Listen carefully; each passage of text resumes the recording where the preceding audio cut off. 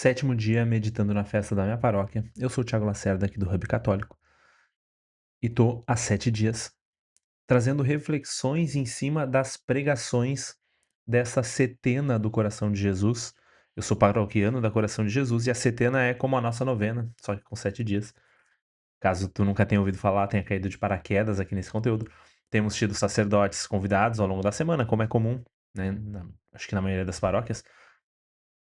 E como a temática esse ano, muito bem construída, tenho reforçado isso inclusive nos últimos dias, traz o coração de Jesus, aspectos do coração de Jesus, em paralelo com aspectos da paróquia, ou seja, coisas que a paróquia tem, que tem relação com coisas que o coração de Jesus tem, e aqui no Diário de um Paroquiano de Aldeia, que é essa página independente, mas também essa editoria do Hub Católico, né, no YouTube, Instagram, TikTok, etc., a gente fala de vida paroquial.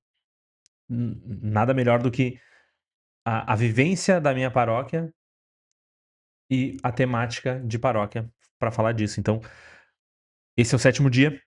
Nós tivemos a pregação nesse sétimo dia, que não é o último, tá? As setenas são 7 dias, e aí no domingo nós temos a grande festa, a grande celebração, com almoço depois, etc. Então, temos os 7 dias de setena, de fato, a setena em si, dá pra gente dizer que ela termina, e nós temos um dia especial de festa, que eu também vou meditar para amanhã, né? Ah, Essa última meditação foi feita pelo padre Sérgio Wendler, e o tema é o coração de Jesus que serve e cuida dos pequenos, a paróquia como lugar de serviço aos pobres. E, mais uma vez, é muito legal a gente entender como os ciclos se fecham. Eu falei ontem que a gente primeiro viu a paróquia, o que acontece e o que não acontece nela, quando as coisas dão errado, como a gente volta para esse funcionamento da paróquia. E aí, nesse sexto dia, nós vimos a missão, ou seja, a paróquia que ela funciona tão bem que ela transborda. E aí, a missão, vejam, é algo propositivo, a missão é algo que eh, o fiel paroquiano deve fazer, ele deve sair da sua paróquia e levar a fé no trabalho, na família, né, no mundo em geral. Só que o mundo também vem à paróquia. De que forma que isso se dá? Eh, o coração de Jesus serve e cuida dos pequenos, e aí a relação da temática é o serviço aos pobres. Então, objetivamente, a Igreja Católica é a maior instituição de caridade do mundo, a gente já sabe disso. Vocês católicos já estão cansados, provavelmente, de ouvir isso. Mas, às vezes, na vida da paróquia a gente esquece disso, a gente acha que são instituições, não, a igreja tá na África com o orfanato, tá, mas a tua paróquia doa alimentos, X quilos de alimentos todos os meses, X quilos, sei lá, X peças de roupas, X litros de água potável. Todas as paróquias fazem, algumas mais, outras menos. Tem paróquias, por exemplo, que não são tão grandiosas, digamos, ou tão eh potentes na arrecadação, mas porque às vezes estão em bairros periféricos, bairros que precisam de ajuda, mas elas são uma potência porque elas recebem das paróquias que têm bastante e elas distribuem. Então, no final, eh, assim como quando eu falo das pastorais, por exemplo, tem gente que, hã, não está em circunstâncias de servir uma pastoral, tem gente que pode servir em várias circunstância de vida. Se a gente for olhar isso no nível da diocese, tem paróquias que têm capacidade financeira ou mesmo de movimentação de pessoal que é muito maior do que outras. E tem outras que estão em regiões em que elas têm capilaridade, elas têm acesso a pessoas que precisam. Então, esse jogo acontece. A paróquia é sim esse lugar, e aí não a paróquia de forma independente, mas a paróquia enquanto membro dessa igreja, de distribuição, de ajuda, de auxílio. Então, aqui em Porto Alegre mesmo, a gente cansa de ver isso na época das enchentes, isso aconteceu muito. As paróquias que não sofreram com as enchentes, estavam em lugares altos ou mais distantes dos rios, dos arroios, conseguiram se mobilizar de uma forma muito melhor, de modo que enviassem coisas tanto para o restabelecimento das paróquias que foram inundadas, quanto das pessoas a quem essas paróquias servem de algum modo, que estão sobre o território dessas paróquias. Então, mesmo as paróquias que estavam inundadas, que precisavam de ajuda, elas também estavam recebendo alimentos, agasalhos, etc., para até materiais de construção para distribuir para essas pessoas, sejam seus paroquianos ou não, tá? Para as pessoas do território, porque a paróquia, e aí é a minha opinião, eu acho que se encontra muito eco na igreja, mas talvez a gente. Alguns fiéis, alguns clérigos, talvez discordem disso, né? Eu não sou o dono da verdade, mas eu tenho muito na minha cabeça que a paróquia tem que voltar a ser o centro. Tá? E aí, dependendo de onde a gente está falando, o centro do bairro, ou numa cidade menor, o centro da cidade mesmo, a paróquia, ela precisa voltar a ser aquele lugar onde as pessoas se encontram, onde é o lugar que movimenta todo o povo, que o povo ah, age numa ação, ou vai num evento, ou se encontra na missa, numa novena, numa setena, numa trezena, num trido. Deve ser o lugar que propõe, deve ser o lugar, a depender do nível, onde as crianças que não têm com quem ficar ficam, né, como se fosse um turno inverso. Pode ser o lugar que oferece cursos, que oferece esportes, a depender da estrutura, entende? Eu vejo que a paróquia deveria voltar a ter essa centralidade, mas na ação caritativa ela tem, ainda tem, e muitos de nós paroquianos esquecemos disso, às vezes até colaboramos no final. A gente leva o quilo, por exemplo, no fim de semana do quilo, nas paróquias que tem, ou a gente é dizimista, essas coisas ajudam, né? Mas a gente não entende como isso acontece de ponta a ponta. Por exemplo, a gente não entende que são os vicentinos da paróquia que recebem aqueles alimentos, que distribuem nas instituições que eles ajudam. Lá na Coração, por exemplo, nós temos, os vicentinos mantêm um asilo ali perto. Ele é mantido 100% pela pastoral dos vicentinos da paróquia. Então, tudo isso acontece mesmo que a gente não veja. Acontece enquanto muitos de nós estão só indo na missa dominical e mesmo ajudando financeiramente ou com gêneros, a gente não sabe que essas coisas acontecem e a gente ignora o tamanho da paróquia. E aí esse é o primeiro ponto, tá?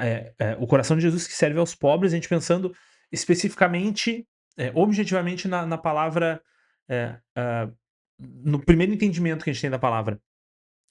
Mas o Padre Sérgio traz um pouco isso, em algumas falas mais objetivamente, em outras mais sutilmente,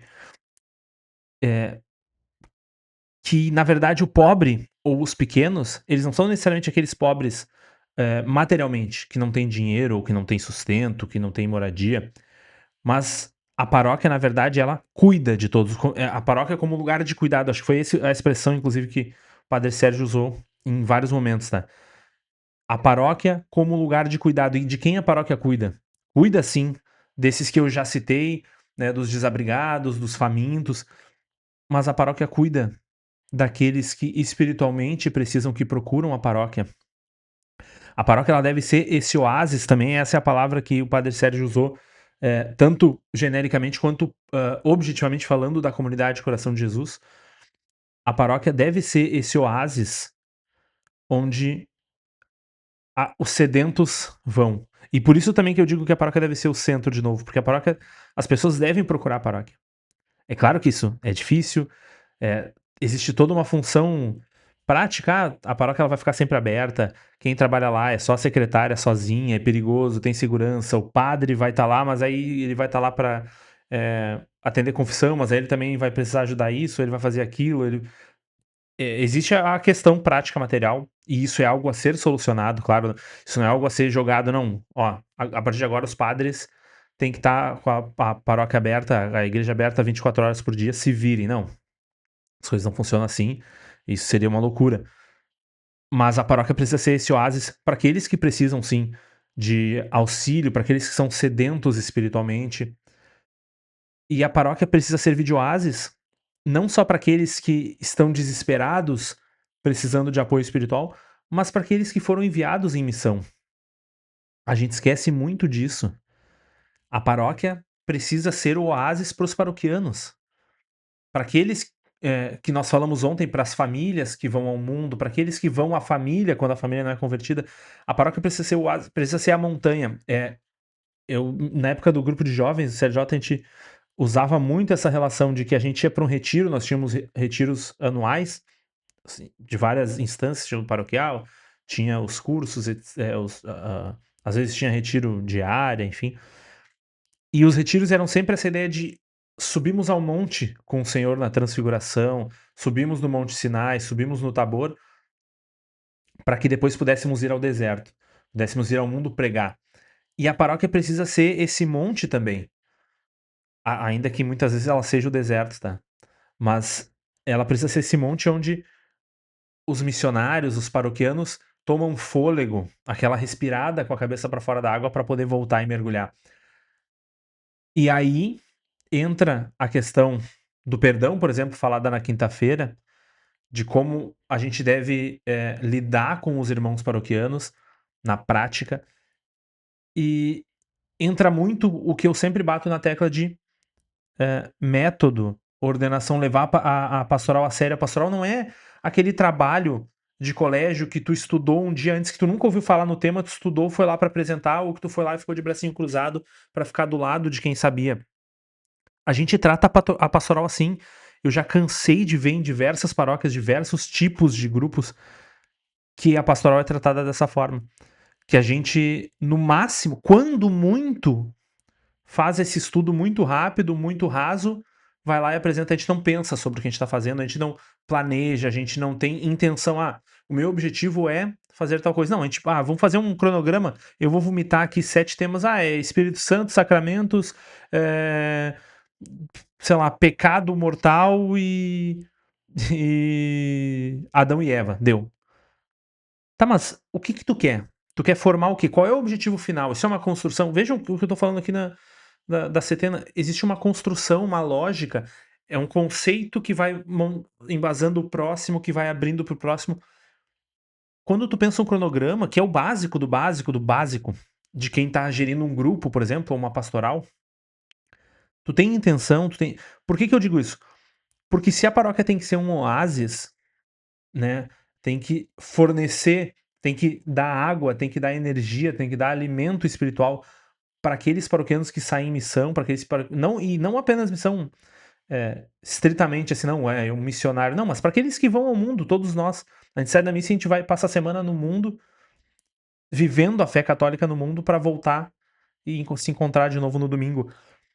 Ou na minha reunião pastoral, no meu encontro de jovens, os grupos, as pastorais, têm que levar a sério, estão lidando com almas, estão lidando com pessoas que estão depositando. Às vezes, pra gente, a gente pensa, é só. Eu vou inventar isso aqui, tanto faz. Para aquela pessoa que tá ali, que vai assistir a palestra, ou que vai viver o cronograma que eu planejei, talvez aquela seja a única formação que ela tem na vida dela, ou que ela vai ter por anos. E talvez ela saia da igreja porque aquilo ali não sustentou. É justificável? Claro que não. Mas a tua parcela de culpa tá aí. O teu descaso, a tua falta de preparo, no final, a tua preguiça ou o descaso é isso, pode ser intencional ou pode não ser, mas no final tu tem uma responsabilidade e tu não lidou bem com aquela responsabilidade, tu não cuidou daqueles que estavam aos teus cuidados. Seja numa proporção gigante, né, como por exemplo um sacerdote que é responsável por aquelas almas que ele cura, um bispo que é responsável pelas almas, pelos sacerdotes, seja por numa porção menor, por alguém que foi convidado para dar uma palestra para 30 pessoas, naquele momento ele tem responsabilidade. Ele vai ter talvez 0,01% naquele mês, naquele ano, de responsabilidade sobre o que aquelas pessoas ouviram, mas tudo é responsabilidade. A gente está lidando com almas. Mais do que dizer a gente está lidando com pessoas, não, a gente está lidando com almas, com a salvação dessas almas. Então, a paróquia ser um oásis traz essa questão de, sim, é um oásis, eu individualmente vejo como um oásis que eu tenho que voltar, mas eu individualmente também tenho que pensar que eu tenho que prover o oásis. Ela não é um oásis naturalmente, não é, vou construir uma paróquia e deu o templo, o prédio faz tudo sozinho, não. Eu tenho que prover, eu tenho que fazer com que a paróquia seja de fato esse oásis. Concorda? Discorda? Já viveu alguma situação em relação a isso? Me conta e eu te espero amanhã para nossa última reflexão. Tchau.